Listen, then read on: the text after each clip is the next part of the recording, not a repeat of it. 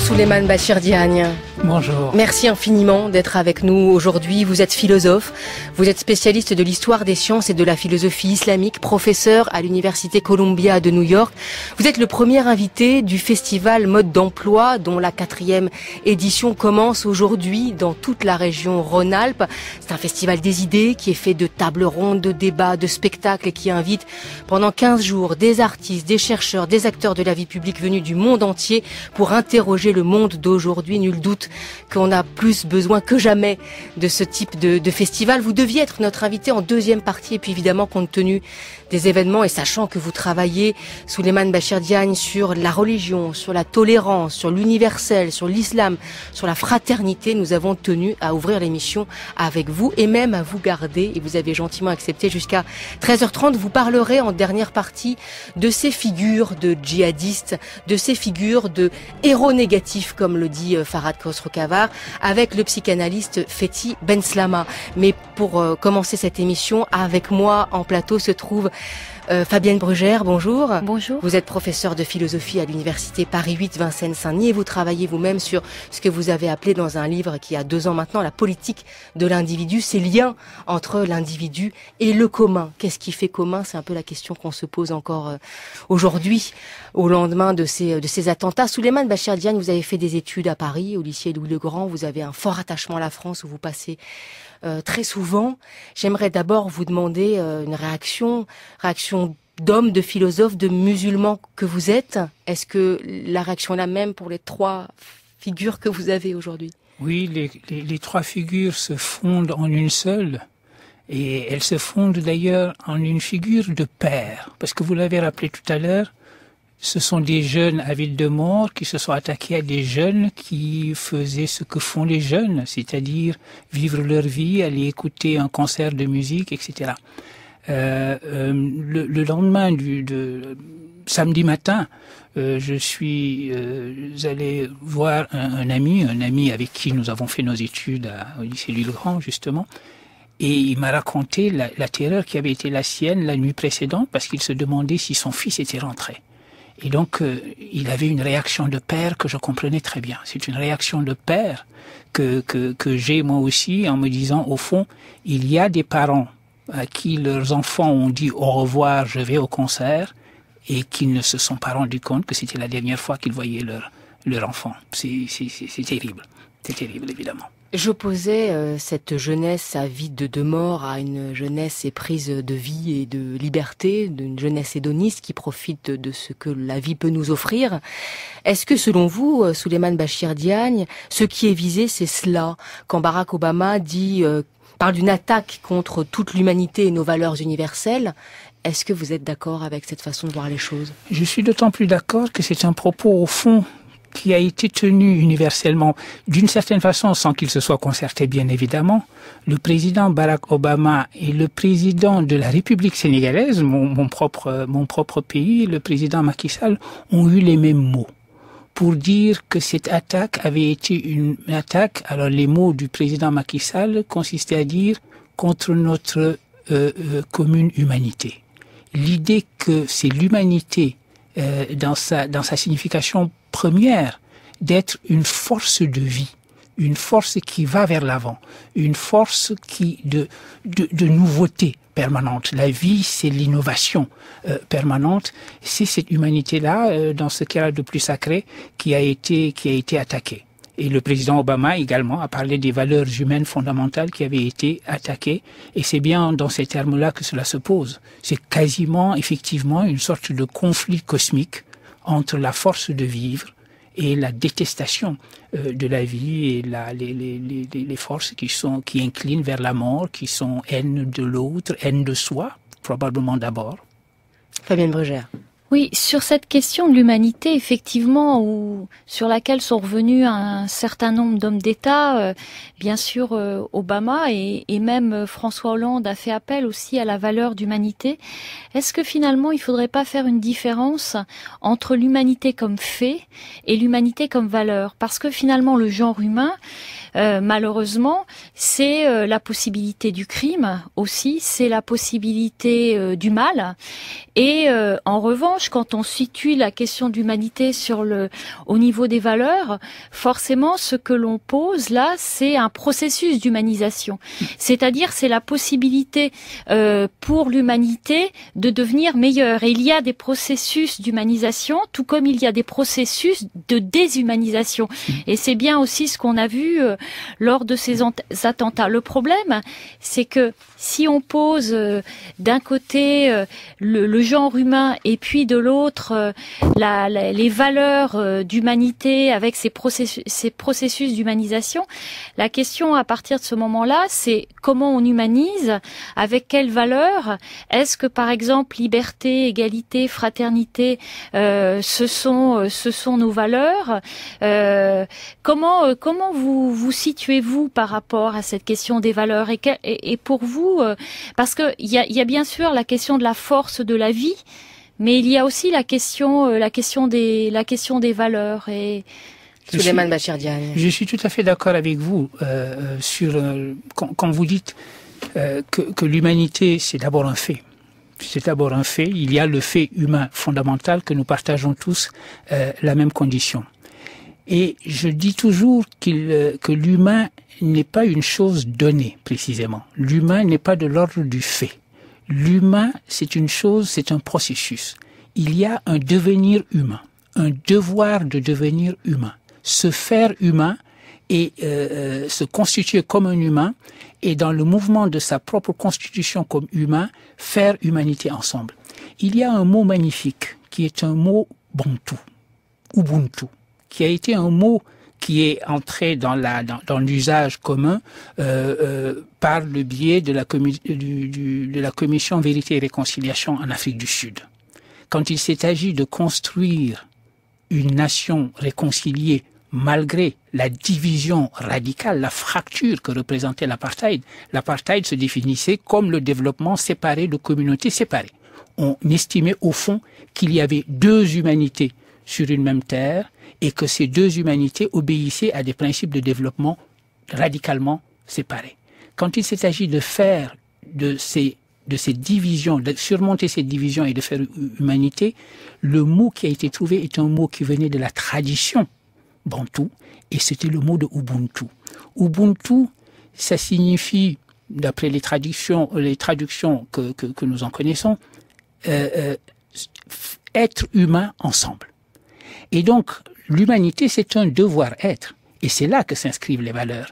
C'est une exigence éthique d'être humain. Donc, il me semble que lorsque le président Barack Obama ou le président Macky Sall parlent de notre humanité commune dans le contexte de cette tragédie que nous venons de vivre, il s'agit de ces deux significations. D'abord, il y a une condition humaine que nous partageons, qui fait que la douleur, ici, est une douleur partout. Et il y a également une exigence qui est la nôtre, de devenir humain, chacun d'entre nous, et de faire humanité ensemble. Et c'est dans cette mesure-là, précisément, que la question devient, elle est à la fois éthique et politique. Que signifie pour nous habiter ensemble cette terre, cette mondialisation dont on parle? Qu'est-ce qu'elle va signifier au-delà du fait que le capital peut circuler librement? Comme nous pouvons avoir des flux financiers qui vont se répandre à travers le monde sans entrave. Que signifie habiter ensemble une même terre? Que signifie qu'il y ait des millions d'êtres humains qui, comme ça, parcourent les terres en quête de refuge? Qu'on ait autant de réfugiés dont on voit les images absolument hallucinantes de gens qui se noient dans la mer parce qu'ils cherchent à vivre leur humanité, à réaliser leur humanité dans des conditions qui permettent précisément cette réalisation. Ce sont de graves questions que nous nous posons. Donc effectivement, il ne faut pas évoquer l'humanité d'une manière qui serait une manière banale, comme si c'était un fait, une humanité qu'on opposerait à la bestialité. Parce que c'est précisément parce que l'humain a la capacité de devenir bestial, et vous venez de le souligner à juste titre, que c'est d'autant plus dramatique. Que la bête soit une bête, c'est une chose. Que l'humain puisse nier l'humanité en soi et donner libre cours à son propre devenir bestial, c'est effectivement la chose la plus terrifiante qui soit. Fabienne Brugère. Oui, d'autant que si on reprend la question des valeurs, par exemple, si on reprend des valeurs comme liberté, égalité, fraternité, que d'ailleurs justement Obama a rappelé, forcément on se trouve face à des situations difficiles, parce que quand une république comme la République française dit justement liberté, égalité, fraternité, il y a le problème de toutes les populations qui ne se sentent et de tous les individus qui ne se sentent ni libres, ni égaux, ni frères, parce que même la notion de fraternité, en plus, elle porte le frère plutôt que la sœur, d'une certaine manière, et donc en elle-même, elle peut aussi porter des formes d'exclusion. Donc la question des valeurs, c'est aussi comment on fait pour que ces valeurs, elles puissent correspondre à tous et à toutes, et que précisément il n'y ait pas des situations d'exclusion, de relégation. Et donc ça renvoie d'une certaine manière effectivement à la question des liens et des attaches. C'est-à-dire en même temps il y a les liens choisis, il y a les attaches choisies, mais il y a aussi justement toutes les relations qui peuvent être des relations de cohabitation, qui sont des simples relations d'humanité. Mais la question, c'est de savoir aujourd'hui comment on fait ces liens-là, ces attaches-là, pour les rendre en quelque sorte meilleures, évidentes Et puis la question de la fraternité que vous évoquez, Fabienne Brugère, résonne étrangement aujourd'hui quand on a appris que 3 des terroristes étaient réellement des frères, et ça n'est pas les premiers, les frères Kouachi également. La question de la fraternité, mais au sens strict du terme, des frères, se pose aujourd'hui particulièrement.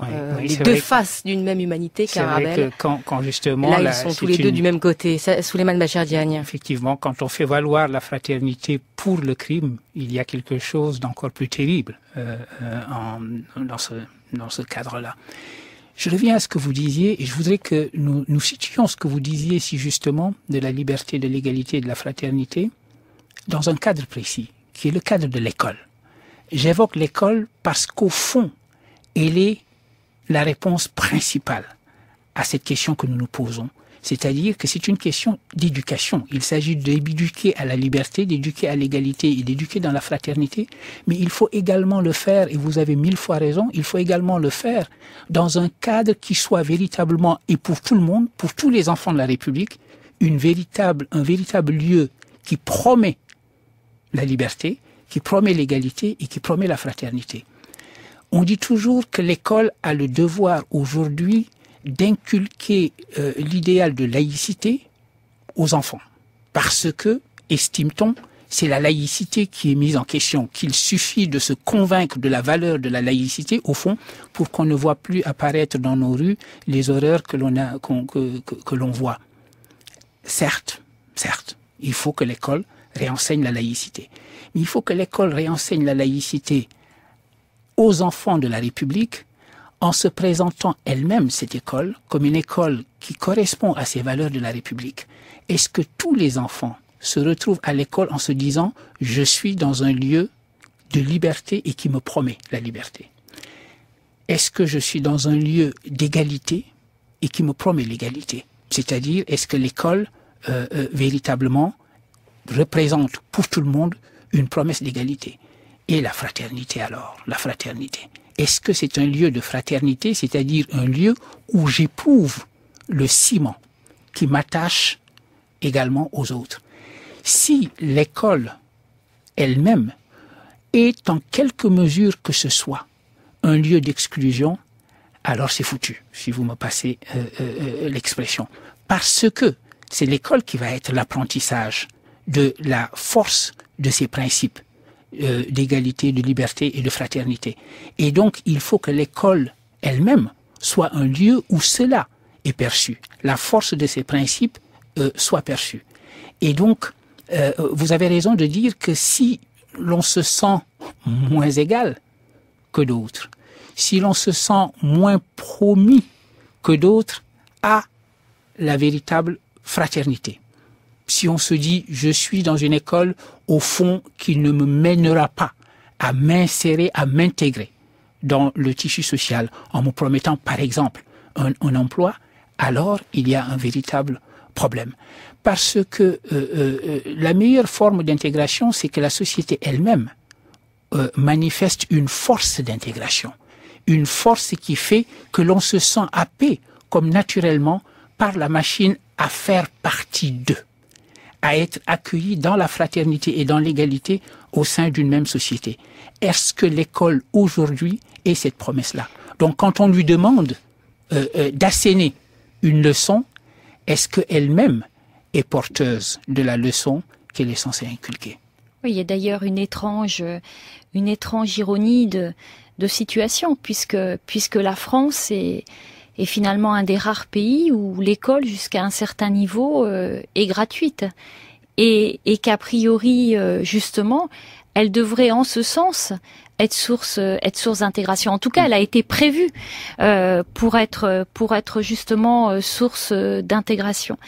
Mais après, en ce qui concerne la liberté, l'égalité, la fraternité, ce qui est difficile du point de vue de l'école et du point de vue de la société en général, c'est qu'on se situe à des niveaux différents.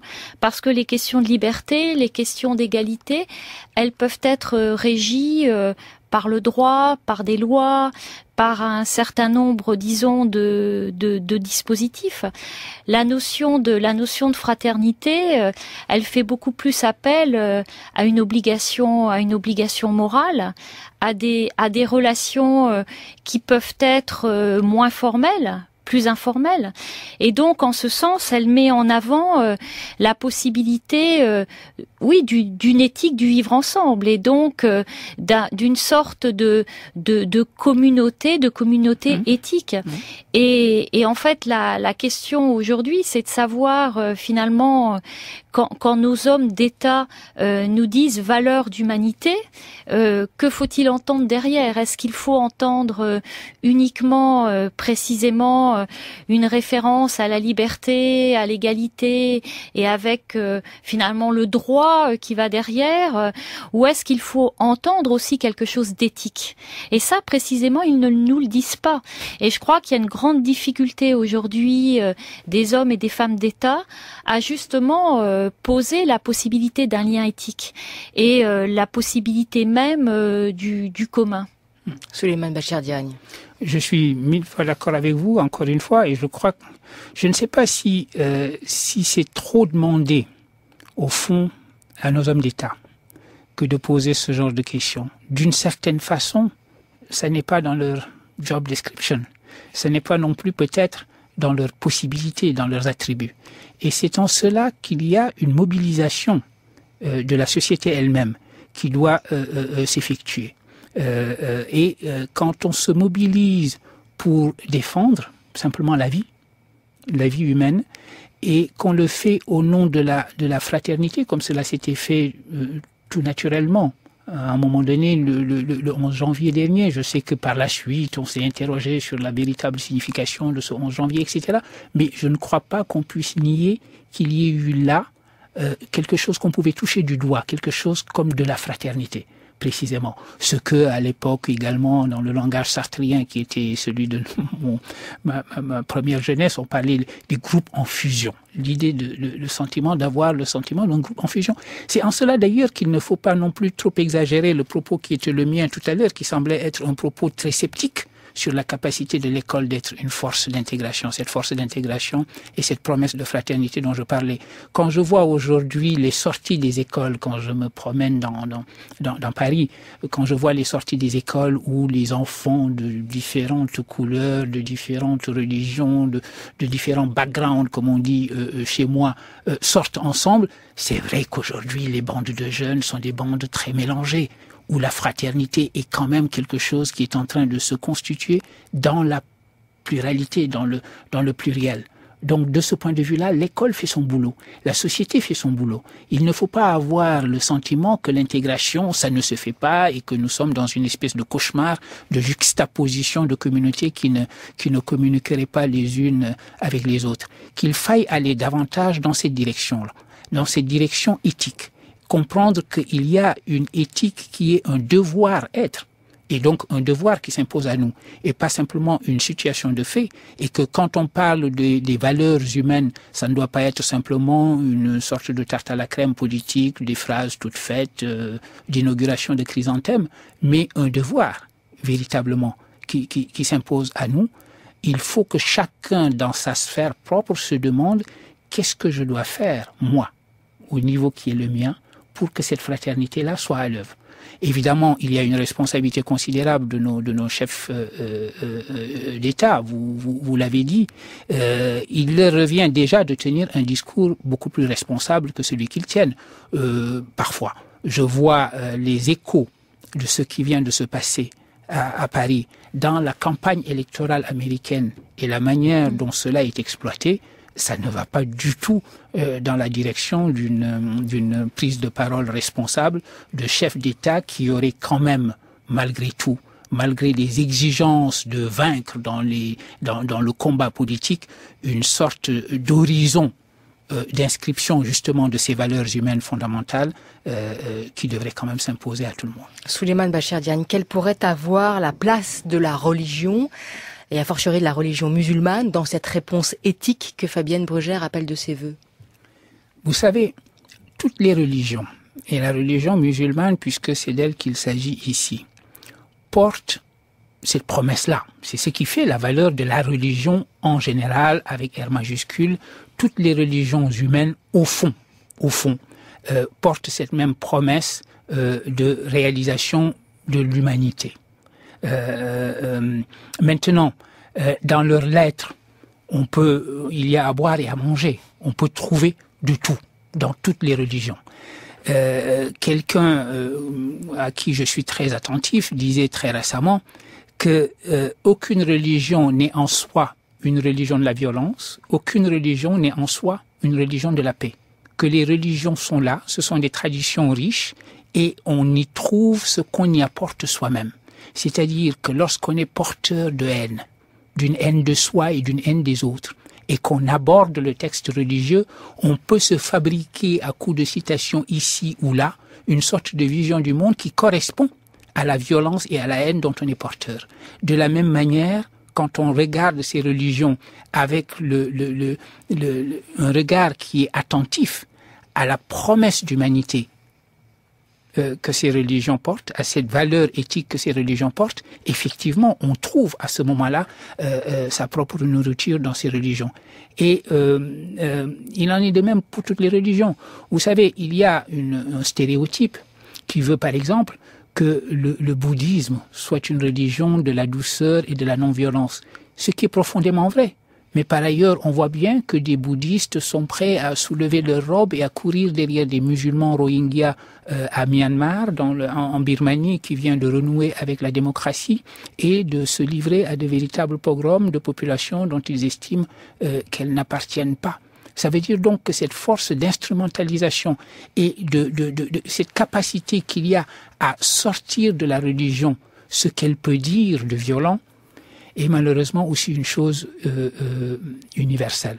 Le côté devenir bestial dont il a été question tout à l'heure. Je disais qu'on vivait depuis vendredi soir dans un sentiment très étrange d'avant, après, avec un basculement qui a été un basculement assez brutal, soudain. Voilà. Vous devez participer aujourd'hui, ce soir, à Lyon, Souleymane Bachir Diagne, donc à cette première table ronde organisée par le festival Mode d'Emploi. Le débat de ce soir a pour thème et pour titre « Suis-je le gardien de mon frère ?» Est-ce que vous comptez dire lors de cette table ronde ce que vous aviez prévu de dire, ou bien vous êtes vous aussi passé dans un autre temps? Vous venez de dire à haute voix des questions qui me hantent moi-même depuis vendredi soir. Comme vous l'avez dit, je suis arrivé à Paris, venant de New York, pour tenir le propos d'un commentaire sur cette parole biblique « Suis-je le gardien de mon frère ?» Et j'ai écrit un texte dans un moment de joie et de sérénité relative depuis mon bureau de Columbia, entre deux cours, et j'avais l'intention évidemment de dire quelque chose qui correspondait au texte que j'avais écrit. Et tout a basculé vendredi soir. C'est-à-dire que même si je tenais exactement le même propos, il ne serait plus le même, puisque les circonstances dans lesquelles ce propos va être entendu ont radicalement changé et ont basculé. Je me suis même demandé si ça valait le coup. J'ai souhaité à un moment donné que cet événement n'ait plus lieu et que je reprenne simplement mon avion pour retrouver ma famille à New York. Mais comme vous l'avez dit au début de l'émission, il faut parler. C'est peut-être maintenant, dans les circonstances que nous vivons, que cette question, suis-je le gardien de mon frère, nous devons la reposer. Et bien évidemment que je ne dirai pas la même chose que j'avais prévu de dire. Merci beaucoup Souleymane Bachir Diagne pour cette première demi-heure. Je rappelle que vous restez avec nous jusqu'à 13h30. Merci à vous Fabienne Brugère d'être venue dans des conditions un peu particulières et d'avoir accepté aujourd'hui d'interroger, de dialoguer avec Souleymane Bachir Diagne. Il est bientôt 12h30 sur France Culture et ça sera évidemment l'heure des informations.